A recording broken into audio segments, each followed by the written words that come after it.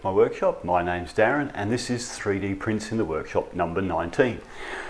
I've got a new microphone, so hopefully you'll notice an improvement in the sound quality, perhaps less static pops and clicks. If you can hear the difference, please let me know in the comments below. I'd love your feedback on that. Moving on to 3D prints though. This is the metric screw, nuts and bolts jig by Labrico. Let's have a look at what that can do.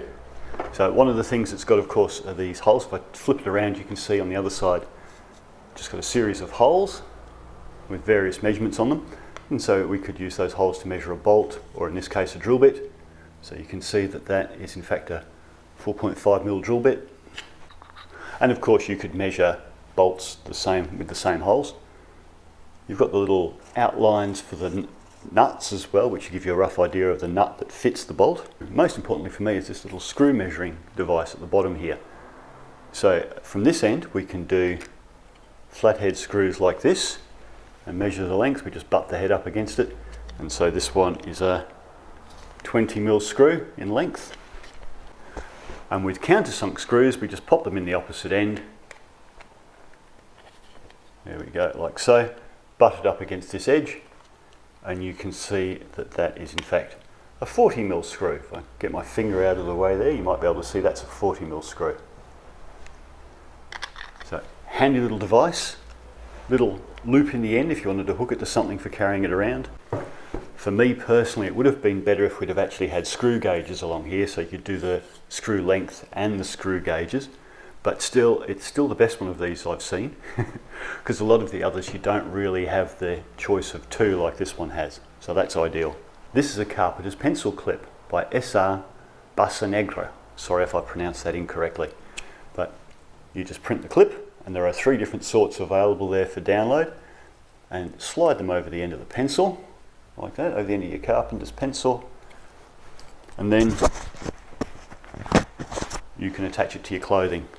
So handy for those of you that use Carpenter's pencils perhaps. Moving on, this is called Thwack. It's a non-marring hammer by Mr. Megatronic.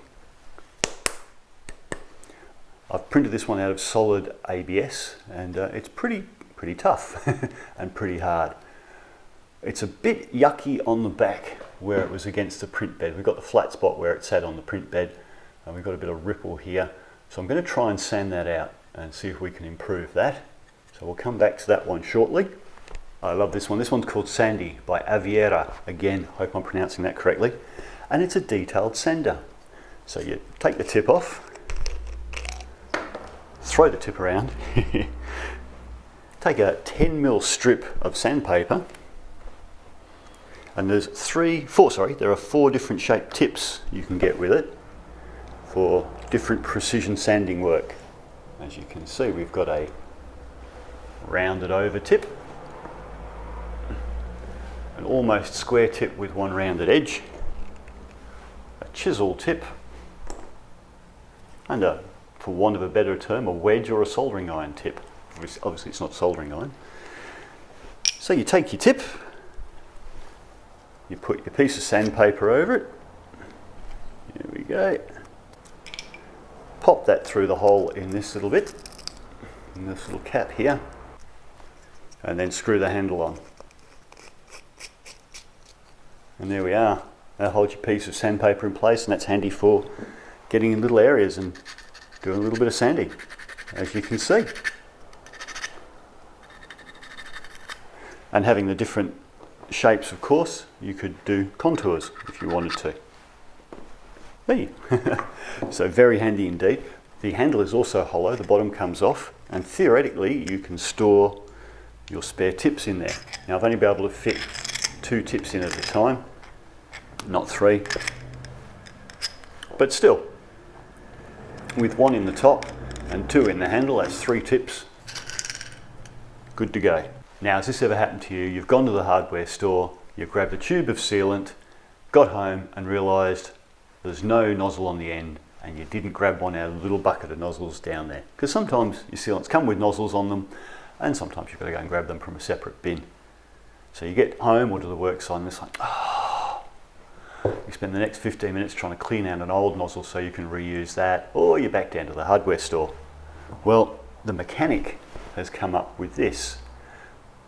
It's a 3D printed sealant nozzle or caulking nozzle. He's done different shaped tips, a narrow thin one with a thin point, one with a chisel tip, and this larger one. And if I grab an old tube of sealant, which has obviously had it, but anyway, it'll do the job to show that this does in fact fit straight on quite nicely as well. Look at that. So there you go. So highly recommended to print one out and keep one spare, so that when such an emergency happens, you haven't got to spend the next 45 minutes to an hour printing one of these out. It's good to go. So the solid woodworking marking gauge is made of 3 pieces. We've got the screw here, the fence, and the body of the unit, or the shaft if you like, which has a dovetailed keyway in the bottom, and this has a dovetail key, I guess, which slides into there, like so, which keeps this nice and square to the body, which is good, very good. You need that in a marking gauge. And then the plastic screw, of course, there we go, screws in there and locks the unit in place. Now, as you've probably guessed, your pencil goes down through here. And this is my only criticism of the unit really, is actually, let me use that one. Different pencil sharpeners sharpen pencils at different angles. You can see the difference between these two here. And that difference in length makes a pencil sharpener I sharpen that with useless with this particular marking gauge, simply because it's almost the same length as the fence, so you can't really use the fence. I'll show you what I mean by that. So if I wanted to make a little line along this piece of wood, normally you would want your body here to rest against the timber, but of course you can't do that here because you can't clamp on this portion of the pencil. You've got to clamp on the unsharpened portion of the pencil, which only leaves you a tiny little bit of fence, and you're all the way up here, so you lose your accuracy, which is a bit of a disappointment. If we go with a pencil that's sharpened on a steeper angle, we can get that tip up closer, which gives us a little bit more fence then, which is good.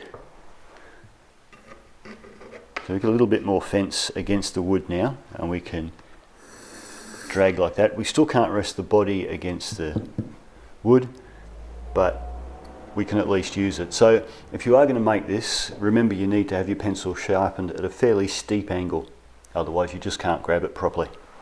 But once it's all done and you've got the right pencil, it's a good little marking gauge. And if you didn't have a regular marking gauge, something like this for example, then this would get you by.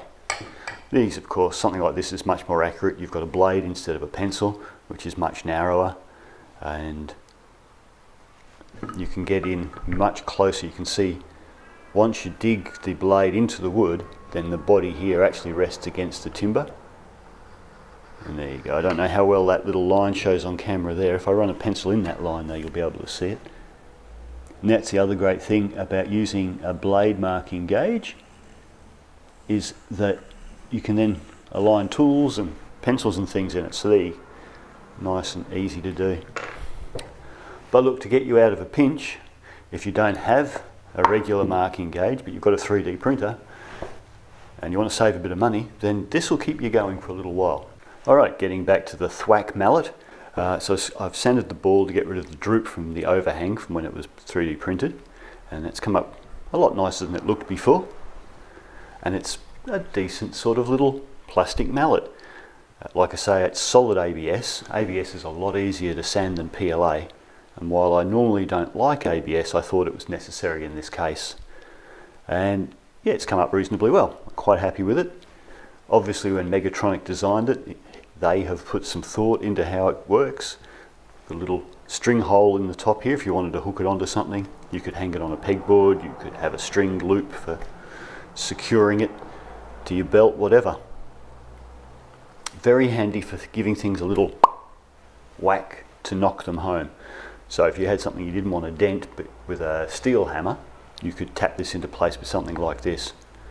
I'm sure eventually you would wear away the head here, but it's better to sacrifice this than what you're hammering, and that's kind of the point of it. So yes, I quite like the Thwack hammer by Megatronic. Very good. Let's give it a little going over with the sandy. We're just going to sand this area using the flat of this and just see what this is like to hold and use. Well, there you go, you can see it is actually working. There you go, it's removing plastic there. So this is only 120 grit sandpaper, so it's not going to go through this too fast, but then I don't want that anyway because I don't want the surface too rough. And yes, so the sandy works really well. It's holding the paper well inside the handle there. Okay, and that brings us to the end of 3D Prints in the Workshop number 19. So hopefully it's been of some help. I'll catch you in the next video. Bye for now.